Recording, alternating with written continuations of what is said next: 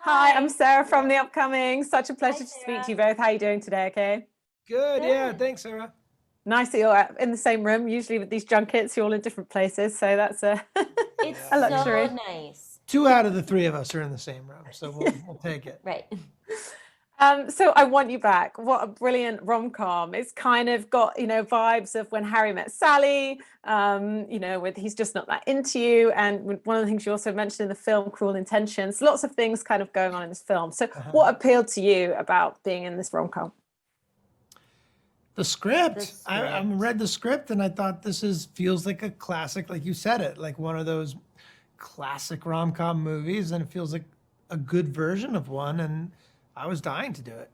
Yeah, me too. And I read the script and had a Zoom with Jason Orley, our director, and he was so funny and smart, and I loved his previous film, and it was just an obvious yes. Mhm. And it looks like you had so much fun making it.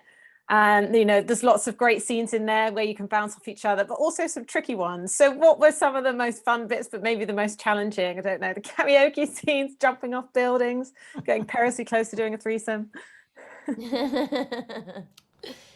I actually thought the trickiest was the singing that I had to do in the school play rehearsal. Uh-huh. Yeah, it's just like a lot to do at once, and both take seriously and also make sure that it's funny, and wearing a weird wig. Yeah. For me, it was the stuff in my underwear in the winter in Atlanta. I was like, oh man, Yeah. can we wait till the end of the schedule? We did kind of wait, but it was still pretty chilly. Yes, that's true. And you've got such good chemistry on set and a great rapport, kind of a lot of this dialogue bouncing back off each other. So did you have to kind of prepare? Did you have to rehearse? And how did you make sure those funny lines really hit where you wanted them to?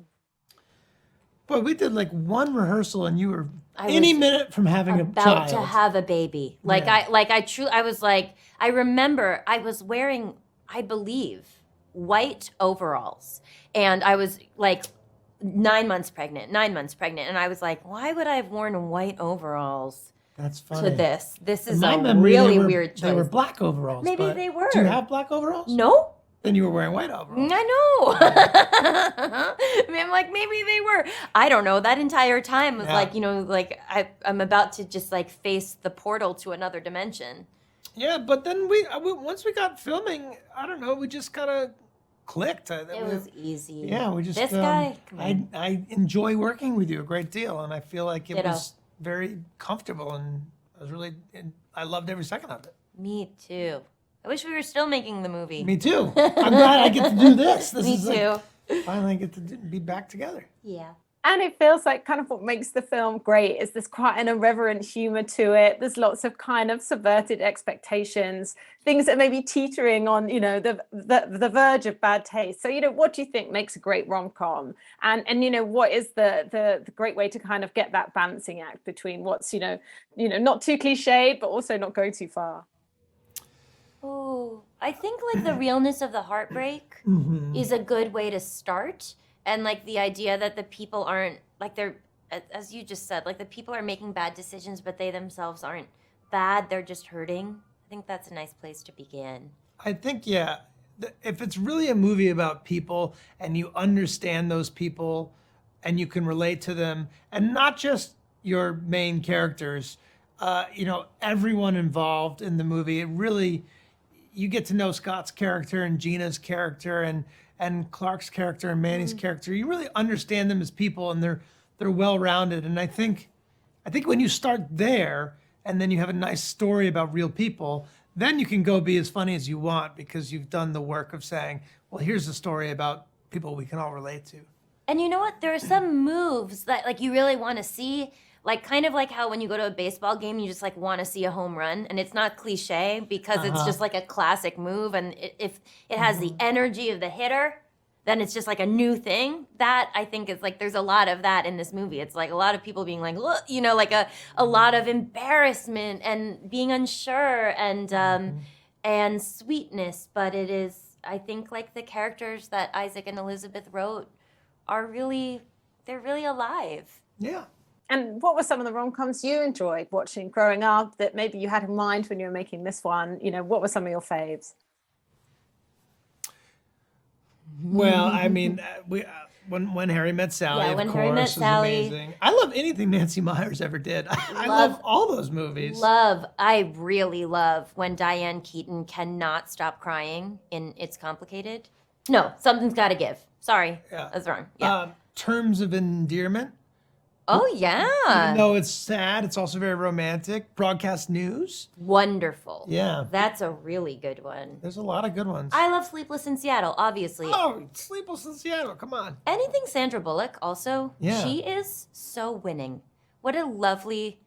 I'm a big fan. Have never met her. I'm just saying, Yeah. I just watched Practical Magic again last week for the 1 millionth time, and that movie rules. Yeah. Yeah.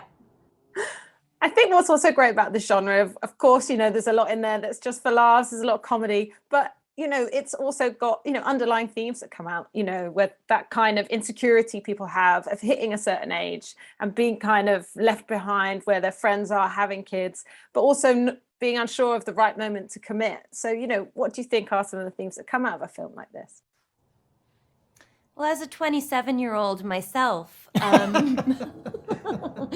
being 27, I'm just like kind of fooling around, I mean, I liked that it wasn't that, Yeah, I liked that too. the characters were lived in and either had opportunities or not seized on their opportunities. And look, I think that's something everyone relates to. Everyone, either in or not in a relationship.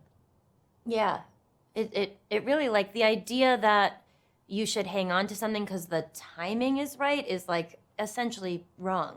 Yeah, But, everyone can relate to that. But and feel everyone that. can relate to that Yeah. panic, in a way, or that uncertainty. And, what does it feel like to be putting a film out right now? After the few years that we've had, it feels like people, just really want to have entertainment, but also, have these stories that kind of remind us of how amazing it is to have, like, important people in your life and people that you care about and care about you. I think that was a big motivation for doing the movie, just how sort of, it's actually a very hopeful movie and a hopeful story. And I think that's something people want right now. I think so too. It feels really good to be able to have your main objective to, tell a story about people who are concerned with love and like concerned with falling in love and losing love, and where the movie itself delivers a lot of laughs, and it's just a relief, a wonderful, happy relief.